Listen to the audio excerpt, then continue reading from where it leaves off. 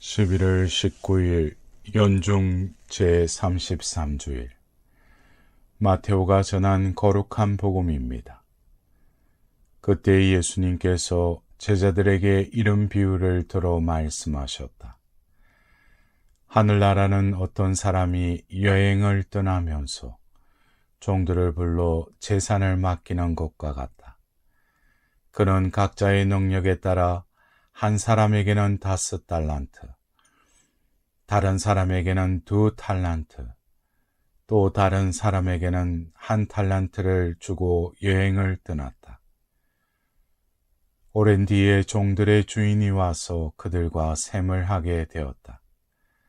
5달란트를 받은 이가 나아가서 5달란트를 더 바치며, 주인님, 저에게 5달란트를 맡기셨는데 보십시오, 5달란트를 더 벌었습니다 하고 말하였다.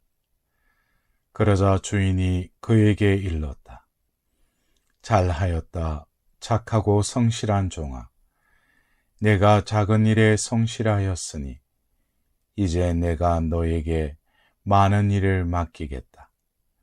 와서 내 주인과 함께 기쁨을 나누어라. 사랑하는 형제자매 여러분, 오늘은 연중 제33주일입니다. 오늘 예수님께서는 신앙인이면 누구나 갈망하는 하늘나라에 누가 어떻게 들어가는지 일러주십니다. 말씀은 이렇게 시작됩니다.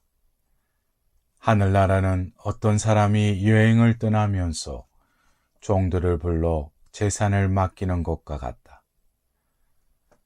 고대 근동에서는 주인이 재산 관리를 종에게 맡기는 관습이 있었다고 합니다. 누구든 그 사람을 신뢰하지 않으면 자신의 재산을 맡기지 않았습니다. 종에게 자신의 역할을 위임하는 주인은 그 종을 온전히 신뢰하였음을 반증합니다. 그렇듯 하느님께서는 인간을 온전히 신뢰하십니다. 주인의 신뢰를 받은 종들이 보인 결과는 다양했습니다. 5달란트를 가지고 5달란트를 더 벌은 종이 있는가 하면 1달란트를 받고 하나도 못 본 채 그냥 보관한 종도 있었습니다. 주인이 달란트를 맡긴 의도는 무엇일까요? 더 많은 재산이 필요했을까요? 아니면 종들을 감시하고 통제하고 감독하기 위해서였을까요? 주인의 반응에 답이 있습니다. 좋은 결과를 보인 종들에게 주인은 잘하였다, 착하고 성실한 종아. 와서 내 주인과 함께 기쁨을 나누어라 라고 말합니다. 함께 기쁨을 나누기를 바라는 마음에서 주인은 달란트를 종에게 맡겼습니다. 하나님께서는 인간이 당신의 말씀에 따라 인생의 책무를 열정을 가지고 수행하며 사랑의 의무를 기쁨 속에 충실히 실행하여 그 결과로 당신과 더 많은 친교를 나누기 위해서 달란트를 맡기셨습니다. 그런데 1달란트를 땅에 묻어두고서 아무 결과를 내지 못한 종이 오늘 복음에 등장합니다. 이 종은 왜 자기 달란트를 땅에 묻어두었을까요? 성경 본문에 따르면 그 이유는 주인에 관한 그릇된 선입견 때문이었습니다. 주인님, 저는 주인님께서 모진 분이어서 심지 않은 데에서 거두시고 뿌리지 않는 데에서 모으신다는 것을 알고 있었습니다. 그래서 두려운 나머지 물러가서 주인님의 달란트를 땅에 숨겨두었습니다. 그 종은 주인을 벌주고 심판하는 분, 어떤 실수도 용납하지 않는 엄격한 분으로 생각하고 두려워했습니다. 두려운 사람을 신뢰하기는 힘듭니다. 주인은 종을 신뢰하였지만 종은 주인을 신뢰하지 못하고 주인이 맡긴 책무를 외면했습니다. 잘못된 하느님상, 즉 어떤 실수도 용납하지 않는 무자비한 하느님상을 지닌 사람, 두려움 가득한 겁쟁이들은 하느님을 신뢰하지 못합니다. 신뢰가 없는 이들은 자신 앞에 놓인 사람의 책무를 외면하며 자신의 편안함만을 찾아 숨어버립니다. 이들이 하느님께서 맡기신 탤런트를 땅에 묻어두는 신앙인이 아닐까요? 주인을 모진 분으로 여기고 주인에게 탤런트를 돌려주는 태도는 신뢰의 거절, 호의의 거절, 관계의 단절을 상징합니다. 그 결과 저자에게서 그 한 탤런트를 빼앗아 10탤런트를 가진 이에게 주어라. 누구든지 가진 자는 더 받아 넉넉해지고 가진 것이 없는 자는 가진 것마저 빼앗길 것이다 라는 말씀을 듣습니다. 대그레고리오 교부는 이를 사랑하지 않는 이들은 그들이 받은 사랑을 빼앗길 것이라고 풀이했습니다. 사랑에 충실했던 이들은 더 큰 사랑을 받고 사랑하지 않는 이들은 가진 사랑을 빼앗긴다는 말씀입니다. 주인은 단호하게 선언합니다. 저 쓸모없는 종은 바깥 어둠 속으로 내던져 버려라. 거기에서 그는 울며 이를 갈 것이다. 요한건구 교부는 이 말씀을 적극적으로 악행을 행하는 자들만이 아니라 선한 일을 하지 않는 사람도 죄인이라고 풀이했습니다. 두려움 속에 사는 이들은 밤에 자주 일을 간다고 합니다. 믿지 못하고 두려워하여 관계를 거절하는 이가 가는 곳이 바깥 어둠입니다.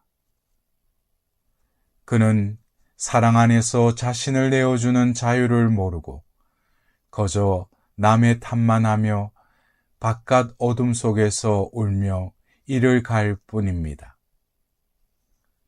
탤런트는 복음의 역동성을 염두에 둘 때 예수님께서 당신을 따르는 이들에게 전해주신 모든 것입니다. 즉, 예수님이 선포하신 구원의 기쁜 소식, 아버지의 사랑, 성령에 가득한 삶 등등이 우리 삶에서 풍요롭게 널려 나가야 할 탤런트들입니다.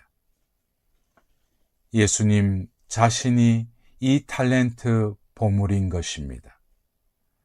단순한 재능이 아닌 살과 피를 내어주시는 사랑이 예수님께서 우리에게 주신 보물인 것입니다. 이 비유는 우리도 당신 사랑으로 가득 차서 남에게도 그 사랑을 전하라는 초대의 말씀인 것입니다. 탤런트를 땅속에 파묻었던 사람과 5을 받고 5을 더 장만한 사람의 차이를 완전 연소와 불완전 연소의 차이로 설명하기도 합니다. 불완전 연소의 경우 연기만 나고 눈만 맵고 화력도 약한 데다가 찌꺼기까지 남습니다. 과거를 후회하고 미래를 걱정하며 현재에 전전긍긍하며 두려움 속에 사는 모습이 불완전 연소의 삶이라고 할 수 있습니다. 반면 완전 연소는 열과 빛으로 모두 깨끗이 타고 재만 남습니다. 지나간 일을 후회하지도 아직 오지 않은 일을 미리 걱정하지도 않습니다. 온 마음으로 지금 이 순간에 전념하여 불꽃을 사르며 찌꺼기도 남기지 않는 삶이 완전 연소의 삶이라고 할 수 있을 것입니다. 오늘 이 비유의 말씀은 탤런트가 몇 개가 주어졌던 닷선 삶, 완전 연소한 삶이 하느님 나라에 적합한 삶이고, 들선 삶, 불완전 연소한 삶은 하느님 나라에 적합하지 못한 삶이라는 뜻으로 들립니다.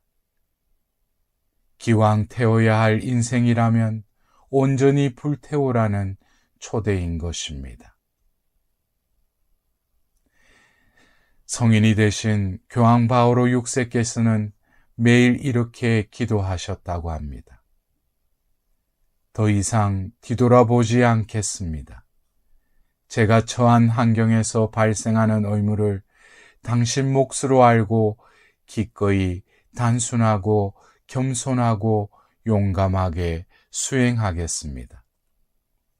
당신이 바라시는 것이 비록 제 힘을 무한대로 넘어서는 것이라 해도, 제 생명을 요구한다 해도 서둘러 하겠습니다. 모두 하겠습니다. 잘 하겠습니다. 기쁘게 하겠습니다. 드디어 마지막 때입니다. 오늘 주어지는 일을 서둘러 하겠습니다. 모두 하겠습니다. 잘 하겠습니다. 기쁘게 하겠습니다 하는 마음으로 내게 주어진 탤런트를 하느님의 사랑을 온전히 태우라는 초대로 오늘 복음에 우리를 초대하고 있습니다. 이번 한 주간도 온전히 우리를 불살라 복음을 전하는 사도의 삶 살아가시길 기원드립니다.